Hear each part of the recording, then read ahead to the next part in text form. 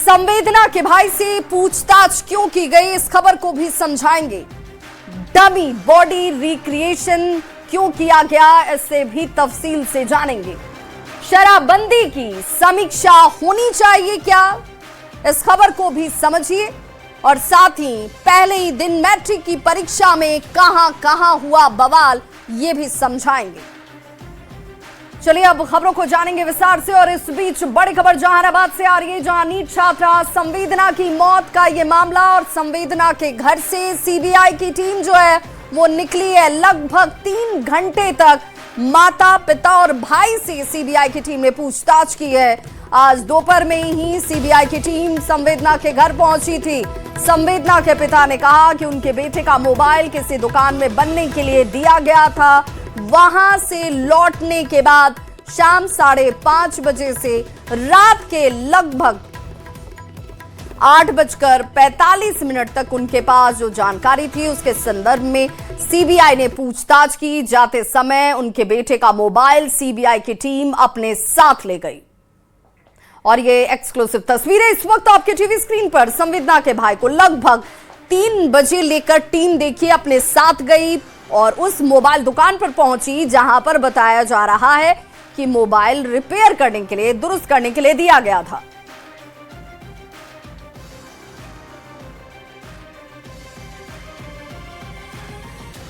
तो नीट छात्रा संवेदना मौत मामले में ये ताजा अपडेट जाने के बाद अब पूरा घटनाक्रम क्या कुछ रहा उसे भी जरा समझ लीजिए।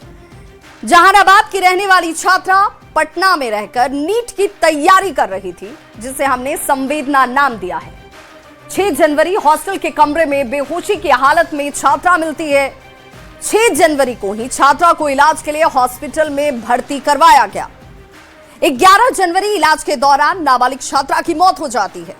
12 जनवरी पुलिस ने सेक्सुअल असॉल्ट से इनकार किया। 16 जनवरी को पोस्टमार्टम रिपोर्ट में यौन हिंसा का जिक्र किया जाता है। 16 जनवरी को डीजीपी के आदेश पर जांच के लिए एसआईटी का टीम का गठन होता है। 31 जनवरी केंद्र सरकार से केस की सीबीआई जांच की मांग की जाती है। 1 फरवरी शंभू हॉस्टल का सीसीटीवी फुटेज सामने आया। 2 फरवरी को विधानसभा के बाहर विपक्ष की तरफ से जमकर हंगामा हुआ। 2 फरवरी को ही संसद में मकर द्वार पर आरजेडी सांसदों की तरफ से प्रदर्शन किया गया। 5 फरवरी राबड़ी देवी ने छात्रा की मौत के मामले में गंभीर आरोप लगा दिए। 9 फरवरी को विपक्षी विधायकों ने विधानसभा परिसर में नारेबाजी की। 10 फरवरी को पटना में सड़क से सदन तक विरोध प्रदर्शन का दौर चला। 11 फरवरी को विधानसभा परिसर में तख्ती के साथ विपक्षी विधायकों का प्रदर्शन देखने को मिला। 12 फरवरी को सीबीआई ने केस को रजिस्टर्ड कर जांच की शुरुआत की। 15 फरवरी सीबीआई की टीम जांच के लिए जहानाबाद पहुंचती है। 16 फरवरी को छात्रा के परिवार को धमकी मिलती है। 17 फरवरी को छात्रा के परिवार को एक बार फिर से धमकी भरा पत्र भेजा जाता है। छात्रा के भाई से सीबीआई की टीम ने घंटों पूछताछ की है। और इसे लेकर जो बड़ी जानकारी सामने आ रही है कि तकरीबन दोपहर के 3 बजे सीबीआई की टीम आज एक बार फिर से जहानाबाद में संवेदना के घर पहुंचकर माता पिता से पूछताछ की। और तस्वीरें इस वक्त आपके टीवी स्क्रीन पर एक्सक्लूसिव, जब सीबीआई के अधिकारी जो हैं संवेदना के घर पहुंचे हुए थे और घंटों की पूछताछ होती है परिवार में माता पिता से और भाई से। और ये तस्वीर जिसमें संवेदना के भाई को लेकर सीबीआई के जो अधिकारी हैं वो मोबाइल की दुकान पर पहुंचते हैं, जहां पर बताया जा रहा है कि मोबाइल रिपेयर करने के लिए दिया गया था। टीम वहां पर जाकर गहनता से जांच पड़ताल करती है। चलिए, कितने लोग थे? 5 या 6 आदमी थे। तो क्या क्या इसमें आज क्या हुआ? अब तो सीबीआई आए, कुछ पेपर वगैरह पर सिग्नेचर करवाए, तो मोबाइल वगैरह ले गए। मोबाइल ले गए? कहाँ से मिला मोबाइल? मोबाइल रखा हुआ था मखदूमपुर में बनाने के लिए दिया गया था, वहाँ से मोबाइल लेके गए, चले गए। ठीक है। अच्छा, कितने बार आई? कौन सी टीम थी? कब आई? सीबीआई वाले टीम थे। कब आई थी? आए थे करीब 2:30 बजे। और दूसरी बात है? दूसरी बात, बिल्कुल दूसरी बात। कितना घंटा रही यहाँ पे? कितना घंटा पूछताछ? 4-5 घंटा रहे हुए। 4-5 घंटा। क्या क्या पूछताछ में क्या? पूछताछ कुछ नहीं हुई, वो अपना उनका जो उनका कार्यशैली जो है कार्यशैली का वो अपना संपन्न किए और उसी के तहत अपना लेके सब सील बंद करके लिफाफा में लगाने। और अब बात एक और छात्रा के मौत की। फुलवारी शरीफ में कोचिंग सेंटर की छत से गिरकर छात्रा की मौत की गुत्थी सुलझ ही नहीं रही। पुलिस की टीम ने आज छत पर जाकर दोबारा से रिक्रिएशन किया। डमी बॉडी को छत से फेंककर मौत की सच्चाई से पर्दा उठाने की कोशिश की गई, लेकिन छात्रा की मौत से पर्दा कब उठेगा, ये बड़ा सवाल अब भी बना हुआ है।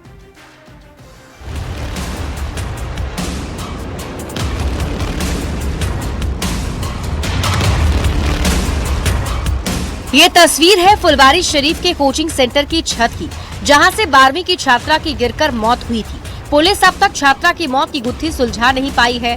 कोचिंग सेंटर की छत पर पुलिस की हलचल तेज है। पुलिस डमी बॉडी के साथ सीन को रिक्रिएट कर रही है। रिक्रिएशन से पुलिस आत्महत्या या हत्या के अंतर को पता लगाने की कोशिश कर रही है। जस्ट ये लोग फॉरेंसिक साइंस लेबोरेटरी के लोग ये पुतला गिरा करके देखते हैं कि डिफरेंट एंगल से कि कहाँ कहाँ चोटें आती है उससे गिराने से बचते। सर ये कितना कारगर है सर, ये बताएं। देखिए, एक्चुअल ह्यूमन को पुतला कभी रिप्लेस नहीं कर सकता, लेकिन एक अप्रोक्सीमेट ये बताता है। रिक्रिएशन के जरिए पुलिस ये पता लगाने की कोशिश कर रही है कि यह हादसा था या आत्महत्या या फिर किसी और की साजिश का हिस्सा। फिलहाल छात्रा की मौत की गुत्थी उलझी हुई है। छात्रा की मौत से पर्दा कब उठेगा, ये बड़ा सवाल बना हुआ है। न्यूज़ 18 के लिए दानापुर से अमरजीत शर्मा की रिपोर्ट। तो डमी बॉडी रिक्रिएशन आज किया गया ताकि उस वक्त क्या कुछ स्थिति रही होगी, हत्या थी या आत्महत्या थी, इसे समझने का प्रयास किया गया। आप जरा इसे ही समझते हैं। मुख्य रूप से फॉरेंसिक जांच में ये पूरी प्रक्रिया जो है अपनाई जाती है। पीड़ित के वजन के बराबर का पुतला यहां गिराया जाता है। चोटों की दिशा, दूरी और पैटर्न का विश्लेषण होता है। मौत के कारणों को वैज्ञानिक तरीके से समझा जाता है। डमी बॉडी रिक्रिएशन से क्या पता लगाया जाता है वो भी जरा जानिए। अगर मौत ऊंचाई से गिरने की वजह से हुई तो जांच में यह स्पष्ट किया जाएगा कि पीड़ित ने खुद छलांग लगाई या उसे किसी ने धक्का दिया। डमी बॉडी रिक्रिएशन से क्या पता लग सकता है वो भी आपको बता दें। इससे हत्या और आत्महत्या के बीच का अंतर पता लगाया जाता है। पोजीशन और इंपैक्ट एनालिसिस के साथ साथ शरीर पर आई चोटों का गहन विश्लेषण किया जाएगा ताकि यह स्पष्ट हो सके कि वास्तव में घटना हुई तो कैसे हुई। डमी बॉडी रिक्रिएशन, इसे इस रूप में समझना भी जरूरी है कि ऐसी जांच में वैज्ञानिक साक्ष्य जुटाए जाते हैं जिन्हें फॉरेंसिक विशेषज्ञ एकत्र करते हैं और यही सबूत आगे चलकर कोर्ट में अहम भूमिका निभाते हैं। अब खबर तो समझिए। चूंकि पटना के फुलवारी शरीफ में छात्रा की कोचिंग की बिल्डिंग से गिरने से मौत होती है, घटना की जांच के लिए पुलिस ने डमी बॉडी का उपयोग किया। डमी बॉडी रिक्रिएशन ताकि पता लगाया जा सके कि ये आत्महत्या थी या फिर हत्या थी। चलिए अब बात शराबबंदी की, शराबबंदी पर उठते सवाल की। बिहार विधानसभा में मुख्यमंत्री नीतीश कुमार की मौजूदगी में आरएलएम विधायक माधव आनंद ने शराबबंदी की समीक्षा की मांग की, जिसके बाद राजनीतिक बयानबाजियों का एक नया दौर ही शुरू हो गया। सवाल है कि क्या शराबबंदी की समीक्षा जरूरी है?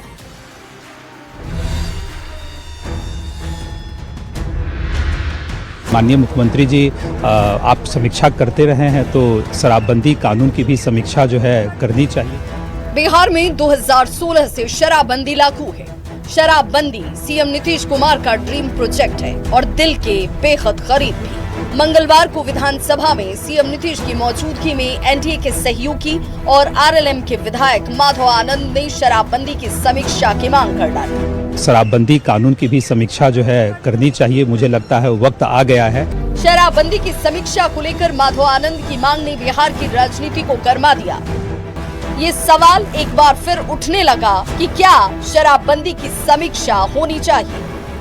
वैसे माधव आनंद की मांग के बहाने विपक्षी दलों ने सरकार पर निशाना साधना और शराबबंदी को फेल बताना शुरू कर दिया, जबकि बीजेपी और जेडीयू नेताओं का कहना है कि बेहतरी के लिए समय समय पर योजनाओं की समीक्षा होती रही, लेकिन ये स्पष्ट है कि बिहार में शराबबंदी लागू है और आगे भी लागू ही रहेगी।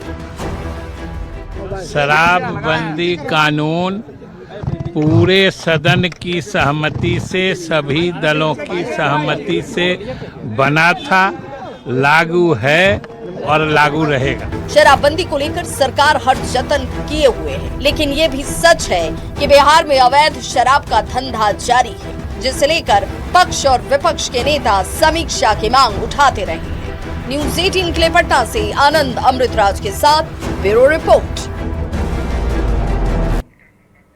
तो माधव आनंद ने क्या आवाज उठाई, इस पर सियासत गर्म हो गई। अब खबर तो समझिए, क्या शराबबंदी की समीक्षा होनी चाहिए? इस सवाल का जवाब जानने के लिए पहले शराबबंदी को समझना जरूरी है। तो आपको बता दें कि बिहार में 2016 में महिलाओं की मांग पर शराबबंदी को लागू किया गया। शराबबंदी सीएम नीतीश कुमार का ड्रीम प्रोजेक्ट है। सीएम नीतीश के निश्चय में यह शामिल है। शराबबंदी को सफल बनाने की हर कोशिश हुई है। ब्रेथ एनालाइजर से जांच, सीसीटीवी से निगरानी, बिहार के सभी बॉर्डर पर चेक पोस्ट बनाए गए। बिहार पुलिस की टीम और एसएसबी के जवानों की तत्परता नजर आई। बड़े पैमाने पर तस्कर और माफिया गिरफ्तार तक किए गए। अब समझते हैं कि बिहार में शराबबंदी कितनी कामयाब हुई। साल 2025 31 दिसंबर तक शराबबंदी को लेकर 10 लाख केसेस दर्ज हुए। बिहार में शराबबंदी कितनी कामयाब है तो समझिए, जारी आंकड़े बताते हैं कि इस मामले में अब तक कुल गिरफ्तारी 16 लाख हुई। वहीं 4 करोड़ 5 लाख लीटर शराब जब्त की गई और तकरीबन 1,60,000 गाड़ियों को जब्त किया गया।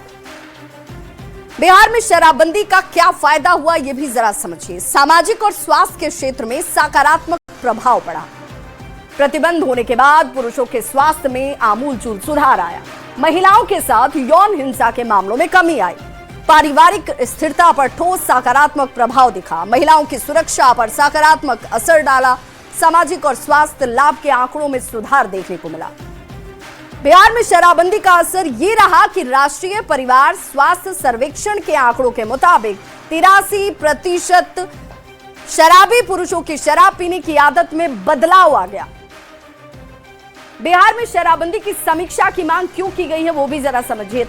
तो शराबबंदी कानून के बावजूद धड़ल्ले से तस्करी जारी है। शराबबंदी में भी अवैध शराब की बिक्री जो है वो हो रही है। शराब की दुकानें बंद हैं पर शराब तस्कर एक्टिव हैं। देसी चुलाई शराब पर नकेल कसना बड़ी चुनौती है। शराबबंदी की समीक्षा से होगा क्या, क्योंकि इसी की मांग है। तो शराबबंदी की समीक्षा से अवैध शराब कारोबार और कानून के दुरुपयोग की पड़ताल होगी। साथ ही ये भी आकलन किया जाएगा कि महिलाओं के खिलाफ हिंसा में वास्तव में कितनी कमी आई। बड़ी बात यह कि ऐसा नहीं है कि सीएम नीतीश ने शराबबंदी की समीक्षा नहीं की। तो आइए जानते हैं कि कब कब हुई शराबबंदी की समीक्षा। 2018 ADRI ने शराबबंदी की समीक्षा की थी। साल 2022 में भी कानून में 2 बदलाव किए गए। अप्रैल 2023 में 4 लाख रुपए मुआवजे का ऐलान तक किया गया। आरजेडी नेता और बिहार विधानसभा में नेता प्रतिपक्ष तेजस्वी यादव ने नीतीश सरकार पर जमकर निशाना साधा और कहा कि बिहार में कठपुतली सरकार चल रही है। तानाशाह और भ्रष्ट अधिकारियों का भ्रष्टाचार जो है वो अपने चरम पर है। तेजस्वी के इस बयान ने बिहार के राजनीतिक माहौल को गरमा दिया है।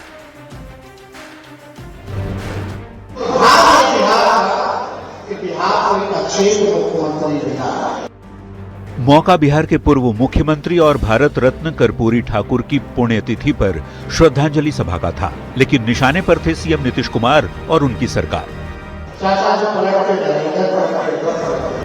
आरजेडी नेता और बिहार विधानसभा में नेता प्रतिपक्ष तेजस्वी यादव ने नीतीश सरकार पर निशाना साधा है। तेजस्वी ने कहा, बिहार में कठपुतली सरकार चल रही है। तानाशाह और भ्रष्ट अफसरों का भ्रष्टाचार चरम पर है।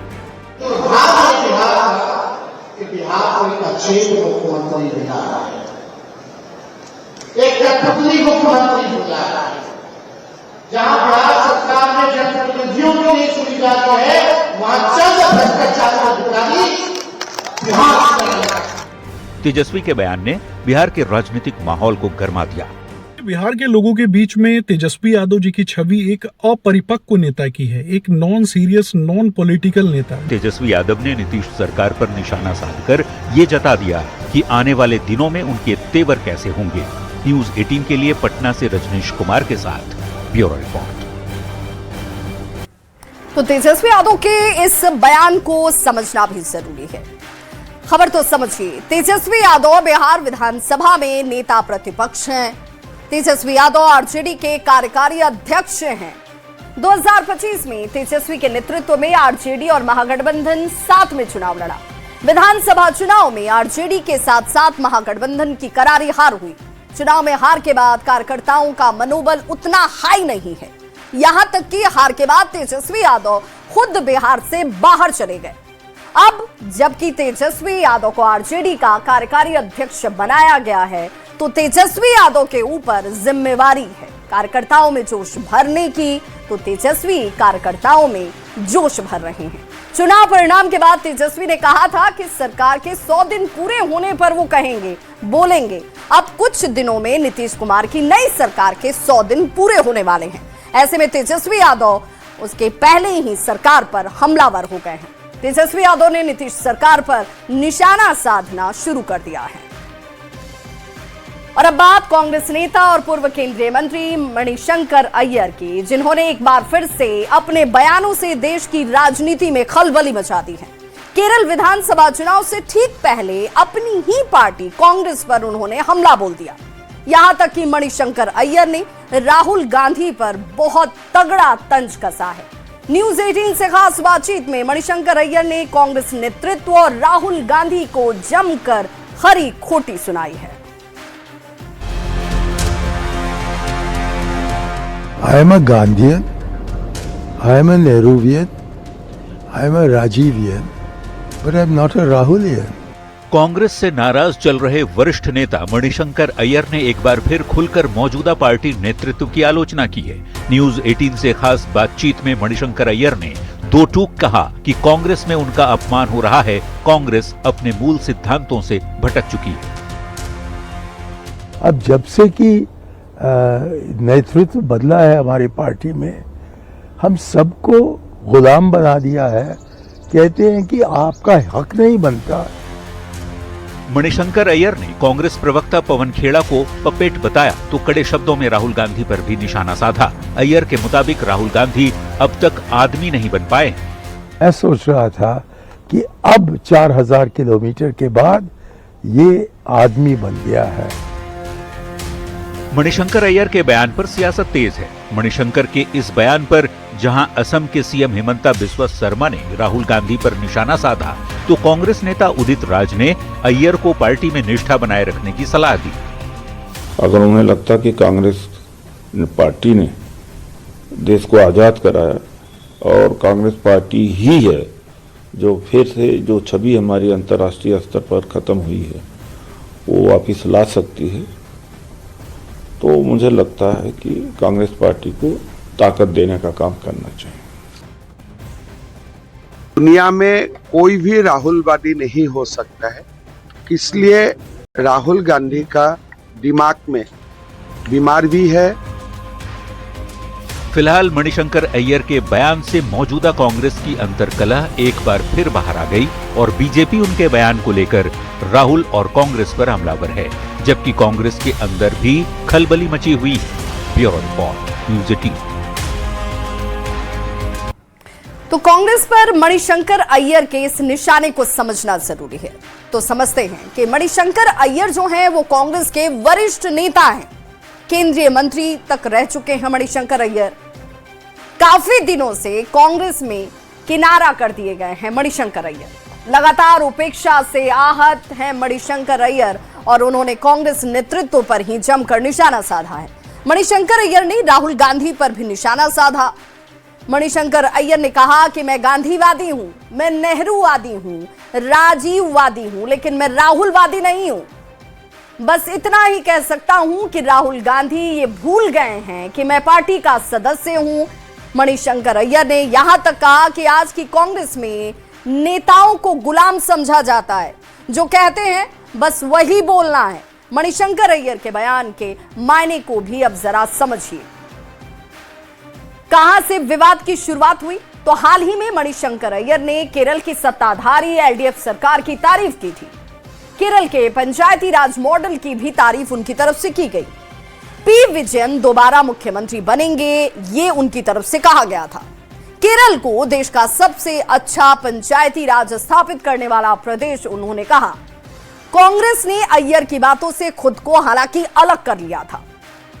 केरल में इसी साल आपको पता है विधानसभा चुनाव होने हैं और ऐसे में मणिशंकर अय्यर की बगावत कांग्रेस के लिए मुसीबत खड़ी कर सकती है। चलिए अब बात बिहार में मैट्रिक परीक्षा की, जिसकी शुरुआत हो चुकी है, लेकिन पहले ही दिन कई सेंटर्स पर जमकर बवाल हो गया। परीक्षा केंद्र पर देरी से पहुंचे छात्रों की परीक्षा छूट गई। तय समय पर सेंटर का गेट बंद कर दिया गया, जिसके बाद 2 मिनट 4 मिनट की देरी से भी पहुंचे छात्र और छात्राएं स्कूल का गेट पीटते हुए, रेलिंग पर चढ़ते हुए, यहां मशक्कत करते हुए नजर आए, लेकिन उन्हें एंट्री नहीं मिली।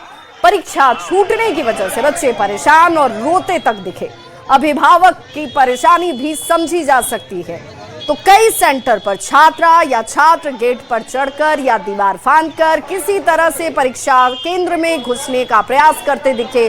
पटना, आरा, नवादा के साथ इन तमाम जगहों की तस्वीरों को अगर आप देखेंगे तो आपको समझ में आएगा कि थोड़ी सी लापरवाही या फिर परेशानी उनके लिए कितनी बड़ी परेशानी का सबब बन गई। न्यूज़ 18 बार बार शुरू से अपील कर रहा है कि बच्चे समय से पूर्व परीक्षा केंद्र पहुंचे ताकि उनका भविष्य खराब ना हो।